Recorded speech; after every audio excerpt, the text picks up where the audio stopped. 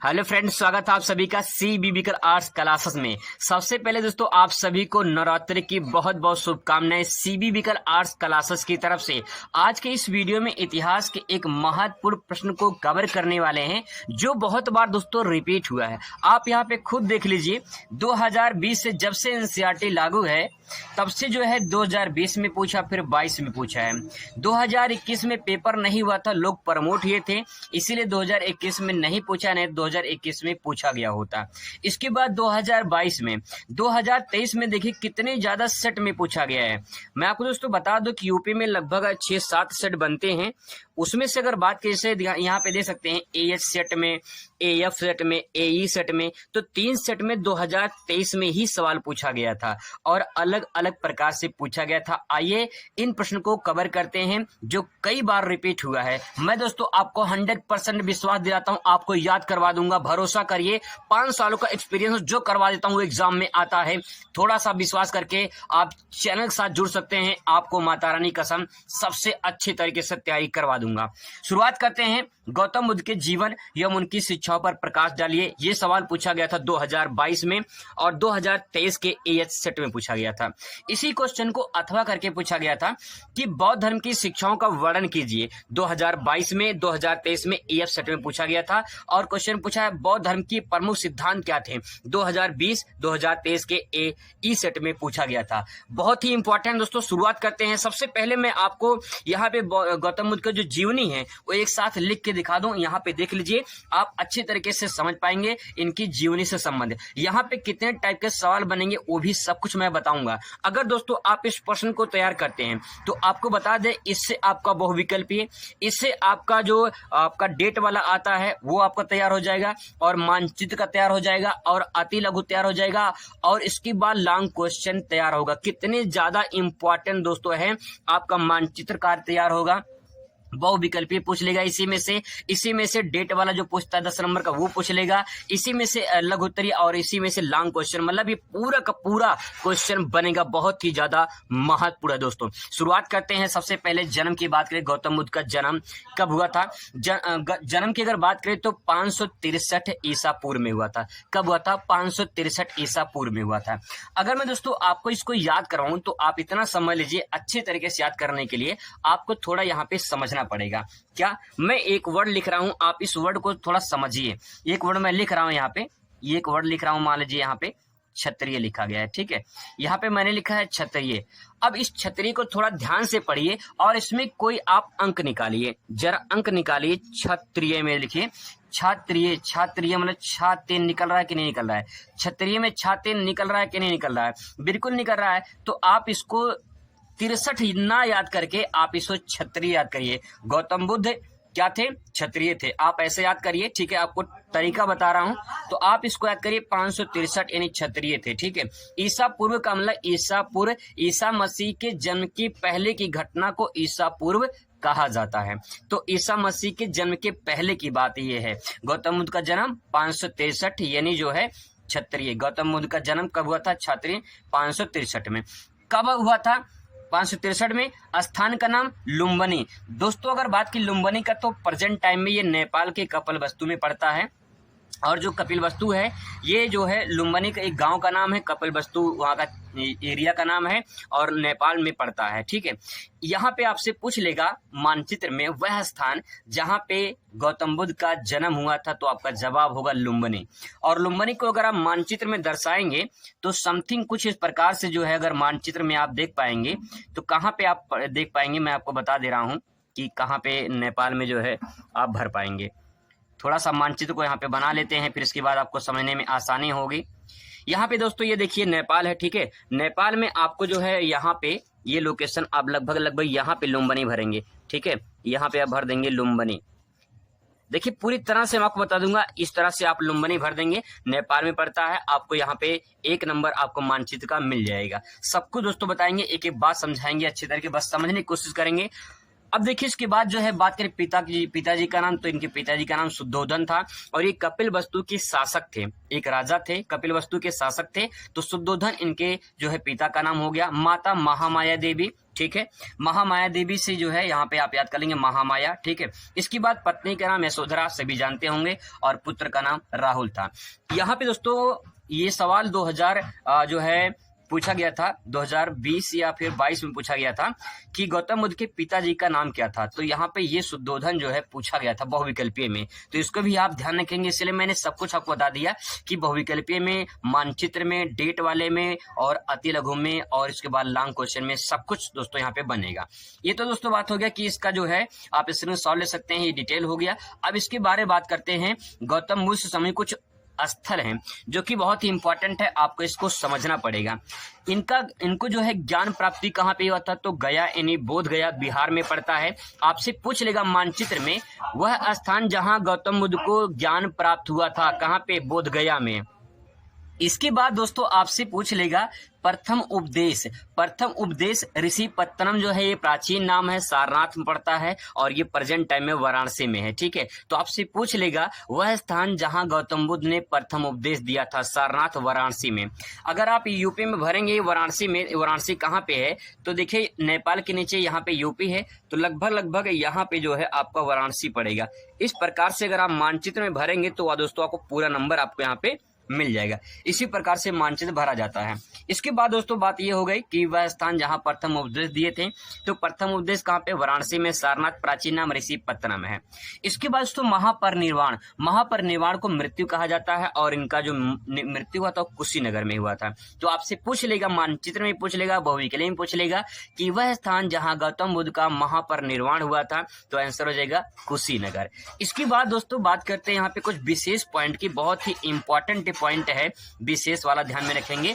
गौतम बुद्ध का जन्म की अगर बात करें, इनका जन्म, इनको ज्ञान की प्राप्ति और महापरिनिर्वाण, तीन चीजें हैं, जन्म, मृत्यु और ज्ञान की प्राप्ति वैशाख पूर्णिमा के दिन हुआ था। इसीलिए वैशाख पूर्णिमा को बुद्ध पूर्णिमा के रूप में मनाया जाता है। ये भी बहुत ही इंपॉर्टेंट फैक्ट है दोस्तों, याद करेंगे, समझने की कोशिश करेंगे यहाँ पे कि जन्म, मृत्यु और ज्ञान की प्राप्ति वैशाख पूर्णिमा के दिन होने के कारण इस वैशाख पूर्णिमा को ही बुद्ध पूर्णिमा के रूप में मनाया जाता है। इसके बाद दोस्तों कुछ इंपॉर्टेंट फैक्ट, ये भी बहुत ही इंपॉर्टेंट है।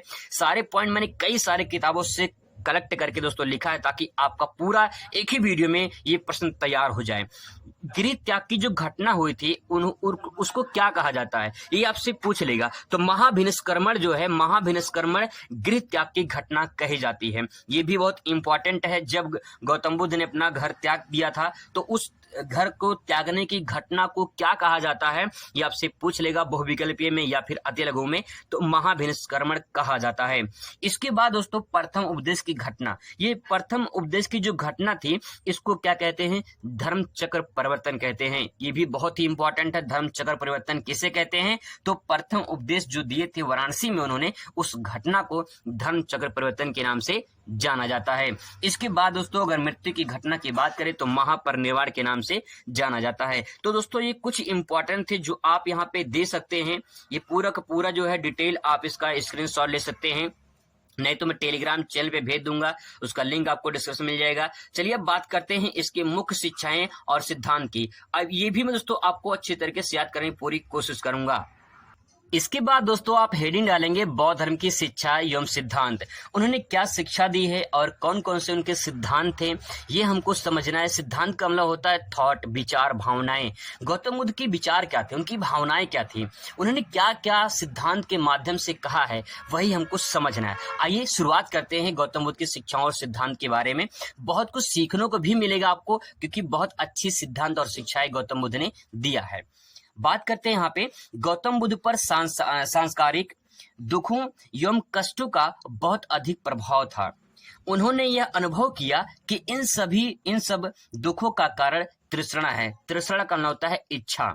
ये तृष्णा ही है जो दुख का कारण है, और तृष्णा के कारण ही मानव जन्म मरण के चक्र में फंसा रहता है। जो इच्छाएं होती हैं इंसान की, सब कुछ इच्छा पे डिपेंड करता है। आपकी इच्छा है कि मैं जो है टॉपर बन जाऊं, आपकी इच्छा है कि मुझे फर्स्ट डिवीजन से पास होना है, आपकी इच्छा है मेरे पास गाड़ी हो जाए, मेरे पास बंगला हो जाए, आपकी इच्छा है मेरे पास इतना पैसा हो जाए। ये क्या है, ये सब इच्छा तो है, और इसी इच्छा के कारण ही आप पढ़ रहे हैं, आप जो भी काम कर रहे हैं उसी इच्छा के कारण ही कर रहे हैं।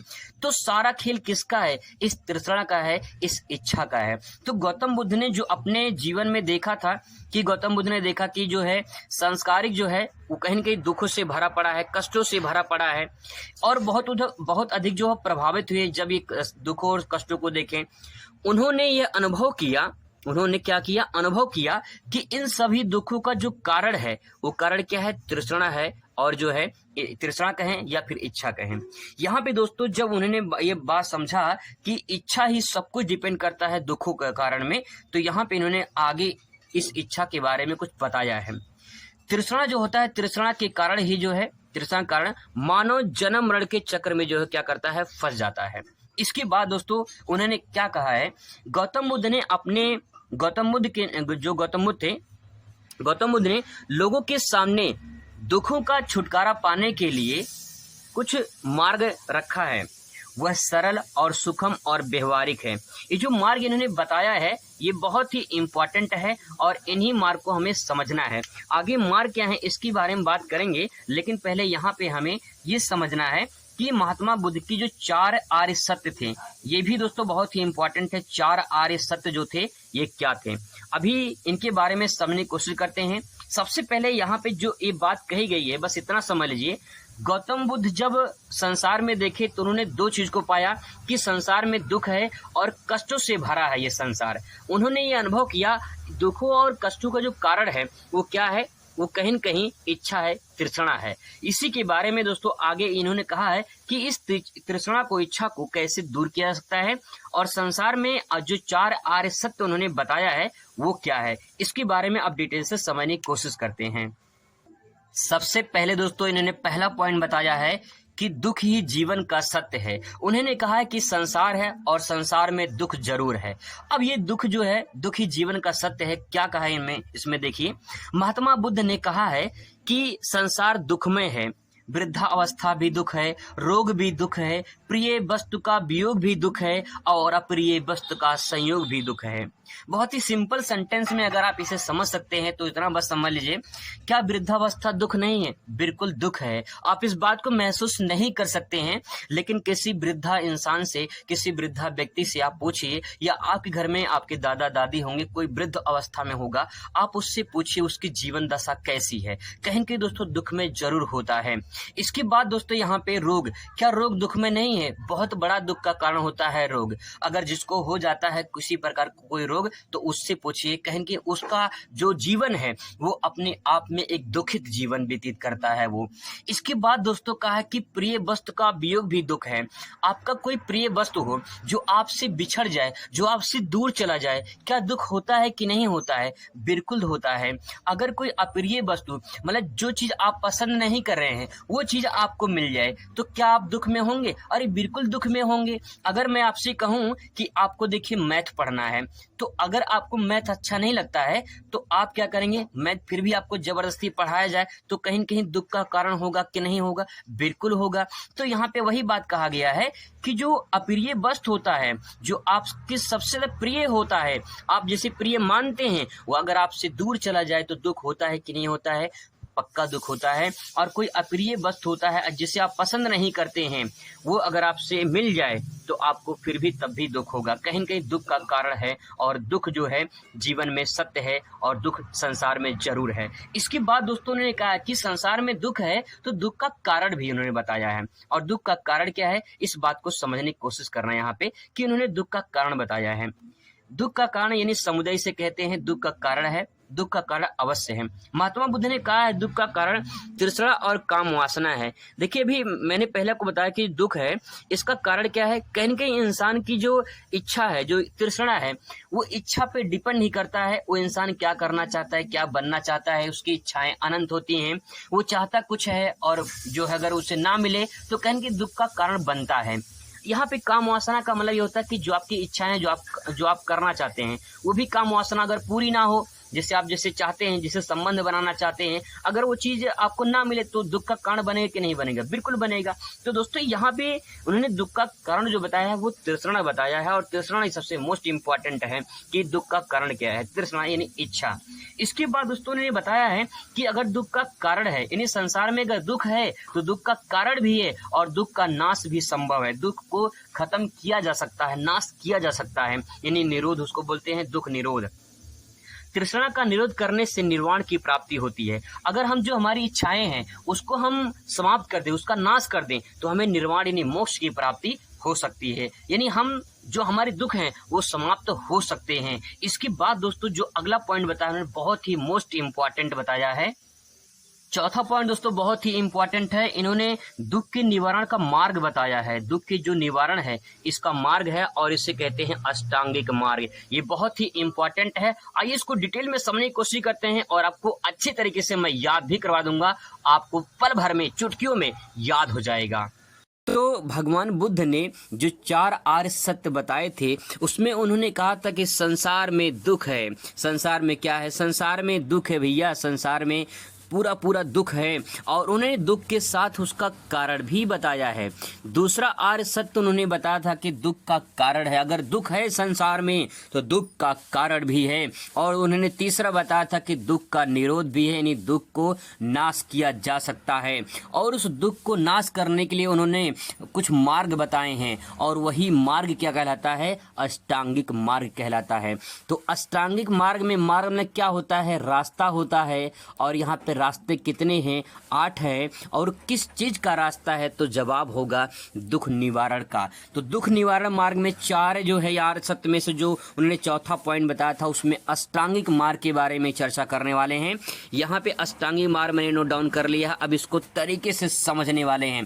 बस 2 मिनट के लिए बने दोस्तों, आपको पूरा अच्छे से फनी तरीके से याद करवा देंगे। सम्यक यहाँ पे जो कॉमन लिखा है सम्यक है। सम्यक का मतलब होता है सही या उचित तरीके से। तो अब यहाँ पे हमें ये समझना है, ठीक है, कि इसको हम कैसे याद कर सकते हैं। कभी कभी कर्म लगाने के एग्जाम में पूछता है, तो चलिए फनी तरीके से समझने की कोशिश करते हैं।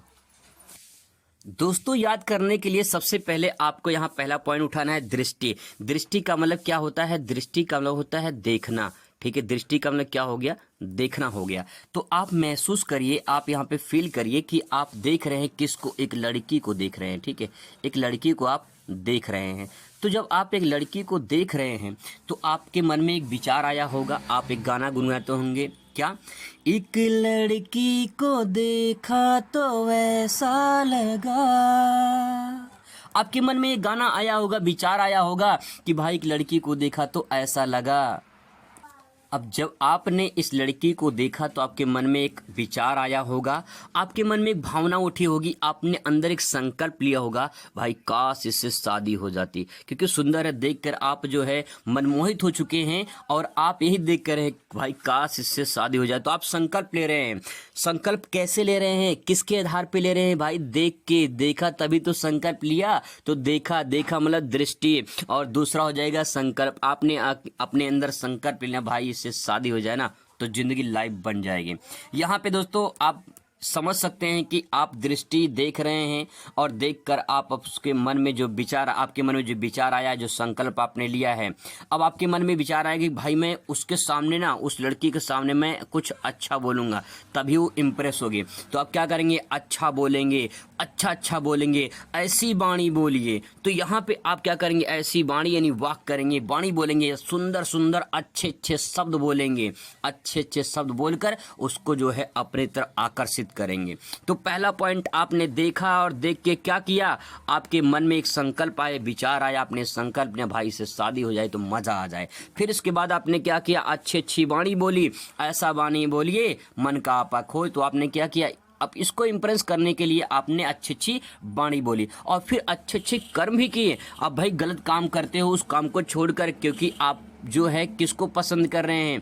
किसी ऐसे लड़की को पसंद कर रहे हैं जिसको आपने देखा है और मन में संकल्प लिया, आपने अच्छा वाणी बोला है और फिर आप अच्छे कर्म करोगे। भैया कर्म करोगे इसके बाद क्या हो जाएगी? कर्म करने के बाद आपकी होगी इसके साथ शादी। तो आपकी जब होगी इसके साथ शादी तो कर्म करेंगे, अच्छा करेंगे, इसके बाद शादी हो जाएगी। शादी करने के बाद एक फिर विचार मन में आएगा कि भैया अब आजीविका चलानी है ना, तो काम करेंगे, यानी अब क्या करेंगे? आजीविका के लिए कुछ ना कुछ करेंगे। अब देखिए जब आप आजीविका चलाने के लिए, अपने ज़िंदगी को जीवन यापन करने के लिए, कुछ जीविका चलाने के लिए काम करेंगे तो आप कुछ थके हारे होंगे। हो सकता है कि आप कहीं ऑफिस में काम कर रहे हो, पेट निकल जाए, तो फिर इसके बाद क्या करेंगे? भाई अब व्यायाम करनी है, थोड़ा सा एक्सरसाइज कर लें, पेट बहुत ज़्यादा निकल रहा है। तो क्या करेंगे आप, क्या करेंगे, पेट जो निकल गया है आपका, इसको कम करने के लिए व्यायाम करेंगे, है ना। व्यायाम करेंगे तो आप क्या हो जाएंगे, फिट हो जाएंगे। आप क्या हो जाएंगे, फिट हो जाएंगे। इसके बाद आपकी स्मृति भी तो अच्छी हो जाएगी। क्या हो जाएगी, स्मृति अच्छी हो जाएगी। इसके बाद एक ऐसा जीवन आएगा भैया कि जहाँ पे आप जो है पूरी तरह से बूढ़े हो जाएंगे, और जब बूढ़े हो जाएंगे तो फिर आपकी क्या होगी, समाधि। लास्ट में क्या जाएगा, समाधि जाएगा। तो दोस्तों आपने पहले देखा, इस लड़की को देखा, आपने क्या किया, सबसे पहले एक लड़की को आपने देखा, फिर इसके बाद अपने मन में क्या किया, संकल्प लिया, और इसके बाद आपने वाणी ऐसा बोला कि वो मनमोहित होकर आपकी तरफ आकर्षित हो गई। फिर आपने अच्छे कर्म भी किए, और जब अच्छे कर्म किए तो फिर आप इसके बाद जो है आप उसके हो गए, और फिर आपके हो गई क्या, उस लड़की के साथ में शादी। जब शादी हो जाएगी भैया तो फिर जीविका चलाना पड़ेगा ना। जीविका चलाने के लिए आप क्या करेंगे, उसके हम लोग काम करेंगे। इसके बाद जो है मान लो कहीं ऑफिस में काम कर रहे हैं तो आप क्या हो जाएंगे, जब मोटे हो जाएंगे तो अपने पेट कम करने के लिए व्यायाम करेंगे। तो आप जब फिट हो जाएंगे तो आपकी स्मृति भी अच्छी होगी। लेकिन एक ऐसा लाइफ आएगा जहाँ पे आप पूरी तरह से बूढ़े हो जाएंगे, और फिर कहेंगे अरे बेटा, तो आप फिर उसके बाद क्या करेंगे, समाधि बन जाएगी। तो दोस्तों यही है अष्टांगी मार्ग तरीके के साथ कर सकते हैं। चलिए मिलते हैं नेक्स्ट वीडियो में। Thanks for watching.